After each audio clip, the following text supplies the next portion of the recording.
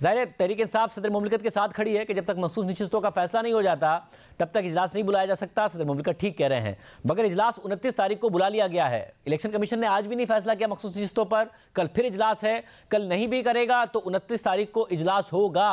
तो आप लोगों का फैसला क्या है? फिर एहतजाज होगा, शिरकत नहीं होगी, या शिरकत करेंगे, ओथ उठाएंगे, उसके साथ प्रोटेस्ट करेंगे? जी शुक्रिया खानज़ादा साहब। हमारा तो इरादा ये है कि 29 तारीख को इजलास में हलफ लेने के लिए शिरकत करें। जहाँ तक रिज़र्व सीटों का आदम तस्वीया है, कल इलेक्शन कमीशन से हमारी तवक्को है कि शायद कल ये डिसाइड कर दें। दोनों सूरतों में या ये हमारी इस्तदा एक्सेप्ट करते हैं या रिजेक्ट करते हैं। हमने कानूनी जंग लड़नी होगी और हम ने ये फैसला किया है कि 29 तारीख को हल्फ उठाने के लिए हम नेशनल असम्बली जाएंगे। मतलब और हल्फ उठाने के बाद असेंबली के अंदर भी प्रोटेस्ट का सिलसिला जारी रहेगा? क्योंकि आज इमरान खान साहब से जब सहाफ़ियों से गुफ्तगू हुई है, उधर आप भी मिले, तो उन्होंने कहा कि अब 2 मार्च को गालिबन एहतजाज में जारी है पाकिस्तान तहरीक इंसाफ। तो असेंबली के अंदर और असेंबली के बाहर दोनों एहतजाज होगा या असेंबली का बॉयकॉट ही होगा? मेरा ख्याल है कि बाइकाट का फैसला तो अभी नहीं हुआ है, पार्लिमानी पार्टी ने ये फैसला करना होगा। लेकिन जहाँ तक मैं समझता हूँ शायद हम असेंबली के अंदर एहतजाज करेंगे।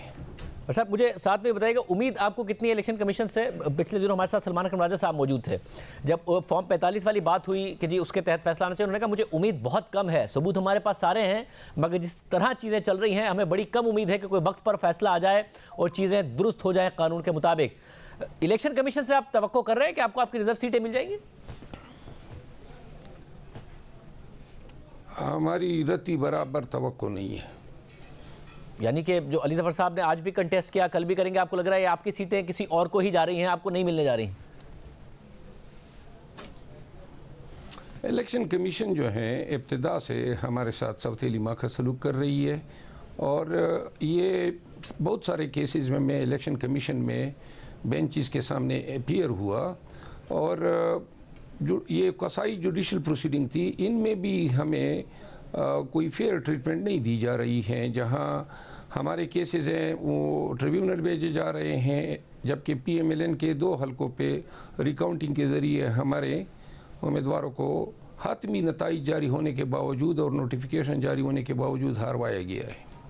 अच्छा, और फिर जो फॉर्म 45 का मामला है, क्योंकि आपकी पार्टी की पोजीशन ये रही कि अक्सरियत हमें मिली है, हम नहीं कर रहे किसी के साथ एहतजाज। पीपल्स पार्टी का तो आपने खुद ने का राब्ता किया मगर मुस्तरद किया गया, किसी के साथ इत्तेहाद नहीं करेंगे। दावत आपको नून लीग ने भी दी कि जी आप बना लें पहले हुकूमत, आप हुकूमत बनाना ज़रूर चाहते हैं, किसी का इत्तेहाद नहीं किया। आपको लग रहा है फॉर्म 45 का फैसला जो आपका दावा है उसके मुताबिक जल्दी आ जाएगा ये, या ये मामला भी साल हर साल आगे बढ़ने जा रहा है? दारोमदार हैं ट्रिब्यूनल के जज साहिबान पे, चूँकि इस मैटर में सिर्फ फार्म 45 के प्रिजाइडिंग ऑफिसर्स को बुलाना है, ज़्यादा गहरी शहादत दरकार नहीं है।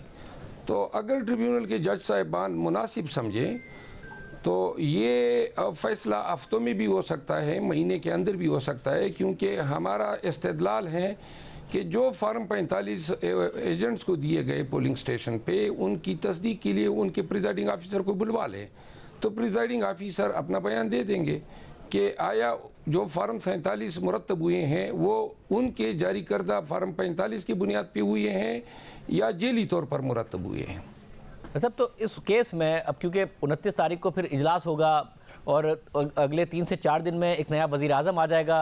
अब तो वाज़ेह नज़र आ रहा है कि वो नून लीग से शहबाज शरीफ साहब होंगे, क्योंकि नून लीग और पीपल्स पार्टी के मामला तय पा गए हैं।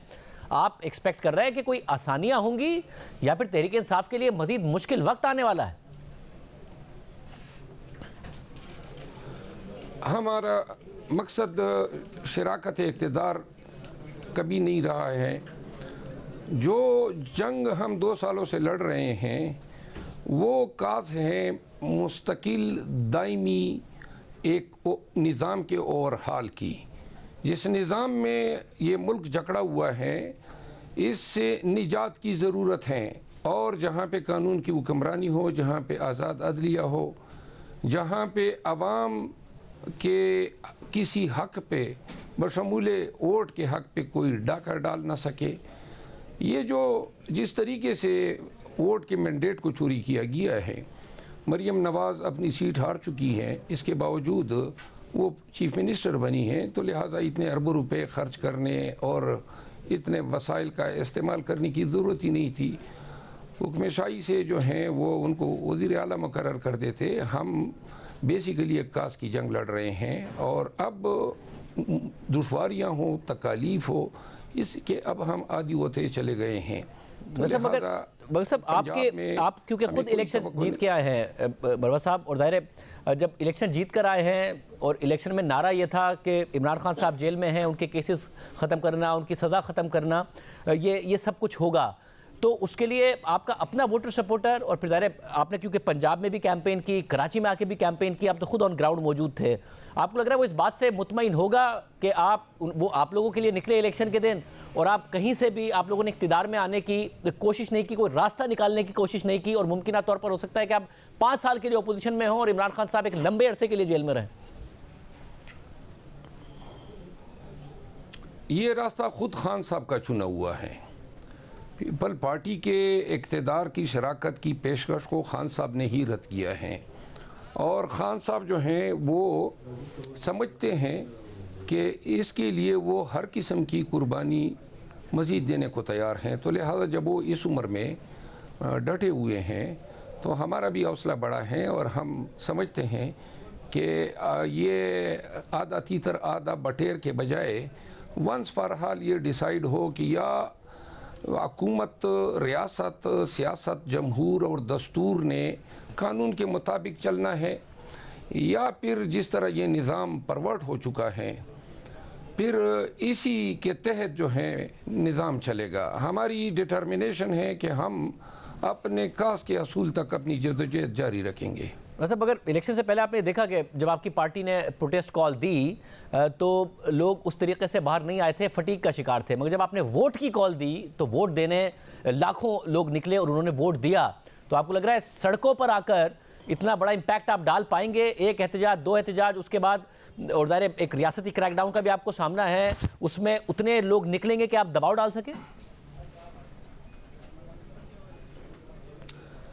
मेरा ख्याल है कि एहतजाज के मामले में लोग अभी तक जो हैं डरे हुए हैं, और लोग समझते हैं कि शायद जो रियासती क्रैकडाउन जो जारी है बदस्तूर उसका तसलसल होगा।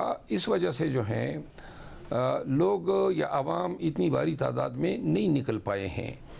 अलबत्ता इस्लामाबाद में गुज़िश्ता एहतजाज के मौके पे भारी आवाम में तादाद निकले थे, और यहाँ पे हमने ये महसूस किया कि लोगों का डर खौफ किसी हद तक दूर हो चुका है। इस दफ़ा जो कॉल हम खान साहब ने दी है, इस कॉल में शायद हमें और भी सियासी पार्टियाँ ज्वाइन कर ले, और हम समझते हैं कि ये बहुत ज़रूरी है कि वो वोटर जो कैंसर का मरीज़ था, जो डायलिसिस सेंटर से आया, जो स्ट्रेचर पे आया, जो व्हीलचेयर पे आया, जिन्होंने अपने उम्मीदवार का निशान खुद ढूंढा, उस वोटर के वोट के तहफ़्फ़ुज़ के लिए ये ज़रूरी है, क्योंकि अगर इस दफ़ा पे कंप्रोमाइज़ हो जाता है तो आइंदा कोई भी सियासी पार्टी अवाम के पास नहीं जाएगी, रिटर्निंग ऑफिसर के पीछे भागेंगे कि फार्म 47 जारी कराएं। तो लिहाजा ये इंतहाई अहम नौइयत का मसला है। इस पे हमारी जमहूरियत और हमारी सियासी मुस्तकबिल जो है वो दाव पे लगी हुई है। हमने हर हालत में इस नाइंसाफ़ी को, इस डाके को अंडू करना है। अच्छा, और चेयरमैन का फैसला हो गया? पार्टी चेयरमैन कौन होगा, कंटेस्ट करेगा पार्टी की तरफ से? जहाँ तक मेरी मालूमात है बैरिस्टर गौर साहब ही चेयरमैन होंगे। और अब आपके जो आपने उनके खिलाफ बात की, जो गिला था उनका वो दूर हो गया जब आप गए और आपने उन्हें प्यार से मनाया, मान गए, और आप भी समझते हैं कि वो दुरुस्त उम्मीदवार है? मैं समझता हूँ मेरा वोट उनके हक़ में ही हुआ था। अगर उनके मुकाबले में कोई और आता, वो मेरे बहुत ही करीबी दोस्त हैं, और मैंने जो बात की थी वो बैरिस्टर गौर के ख़िलाफ़ नहीं थी, बल्कि मैंने एहतजाज के हवाले से बात की थी कि एहतजाज इतना ज़ोर शोर से न हो सका। तो वो तो हैं ठंडे मिजाज के, और आपकी पार्टी अगर प्रोटेस्ट में रहेगी तो आपके ख्याल में वो सही तरीके से लीड कर पाएंगे? मेरा ख्याल है कि हम पार्टी में फ़ैसले मशावरत से करते हैं, तो लिहाजा जो भी इज्तिमाई फ़ैसला होगा वही बैरिस्टर गौर साहब का फ़ैसला होगा। और वो आपसे भी मान गए हैं, जब आपने उन्हें मनाया मान गए, कोई नाराज़गी नहीं है? हमारे दरमियान कोई नाराज़गी थी ही नहीं।